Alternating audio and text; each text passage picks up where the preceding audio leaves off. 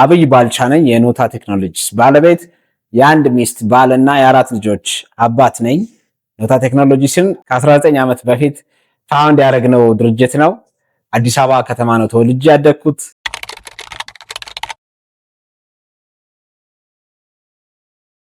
ይህንን ምግባረ ሰናይ አገልግሎት የጀመርንበት ምክንያት በሀገራችን ውስጥ ያለው ግንዛቤ በጣም ውስን እና አናሳ ስለሆነ አንደኛ ግንዛቤ ለመፍጠር፣ ሁለተኛ ደግሞ መፍትሄ ማግኘት የማይችሉ ከፍለው መነጽር መግዛት፣ ከፍለው ሞራ ማስገፈፍ የማይችሉ ሰዎችን ማገዝ እንዳለብን ስለተሰማን ዋናው ምክንያት ይሄ ነው።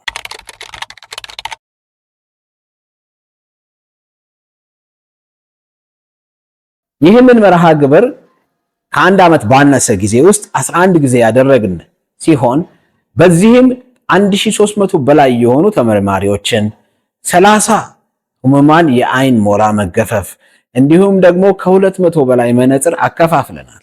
ይሄን ሁሉ ስናደርግ በራሳችን ወጪ፣ በራሳችን ቢሮ፣ በራሳችን ጊዜና አብረውን በሚሰሩ ባለሙያዎች በጎ ፈቃደኝነት የተሸፈነ የሚገርምና የሚደንቅ በጣም መልካም የሆነ አገልግሎት ነበረ።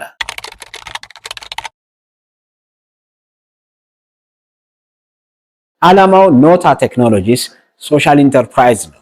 ሶሻል ኢንተርፕራይዝ ሐሳቡ በእኛ ሀገር ብዙ አልተለመደም። እኛ ሀገር የትርፍ ድርጅቶች አሉ ወይ ደግሞ በጎ አድራጎት ድርጅቶች አሉ።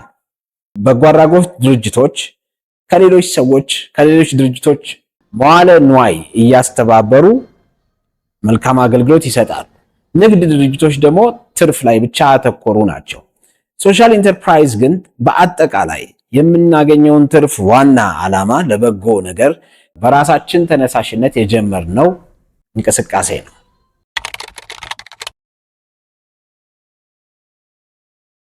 በዚህ ምግባረ ሰናይ አገልግሎት በርካታ የሆኑ ተግዳሮቶች ቢያጋጥሙኝም ብዙ ደግሞ መልካምነት እና ብዙ በጎነት ስላየሁኝ ጠንክሬ እንድቀጥል አድርጎኛል። ነገር ግን በጣም አንዳንድ ጊዜ ከግል የምግባረ ሰናይ አገልግሎቱ ተጠቃሚዎች ደግሞም ከሌሎች አካላት ከአቅም በላይ የሆኑ ችግሮች ቢመጡ እየፈታናቸው ሄደናል። ወደፊት በዝርዝር ለትምህርት እንዲሆን የምናወጣው ይሆናል። ያጋጠሙን ተግዳሮቶች እንዴት ፈታናቸው፣ ለምን ፈታናቸው፣ መቼ ፈታናቸው የሚለውን እንግዲህ በሚቀጥለው በደንብ የምንገልጸው ይሆናል።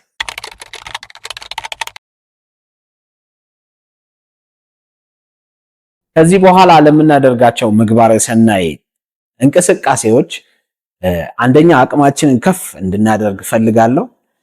ምክንያቱም መረዳት የሚፈልገው አገልግሎቱን ማግኘት የሚፈልገው ህዝብ በጣም ብዙ ነው። የምንረዳቸው ሰዎች በጣም ደጋግመው የሚሉን ነገር ከአዲስ አበባ ክልል ውጡ፣ በክልሎች በጣም ከፍተኛ የሆነ ችግር እንዳለ ይነግሩናል። እኛ ደግሞ እንዳልነው ነጋዴዎች ነን። ስለዚህ ሙሉ በሙሉ ስራችንን ወደዛ ማዞር ስለማንችል አቅማችን በፈቀደ ቢሮአችን መስቀል አደባባይ ብቻ ሳይሆን ቅርብ የሆኑ ክልሎች እየወጣን አገልግሎት ለመስጠት አስበናል።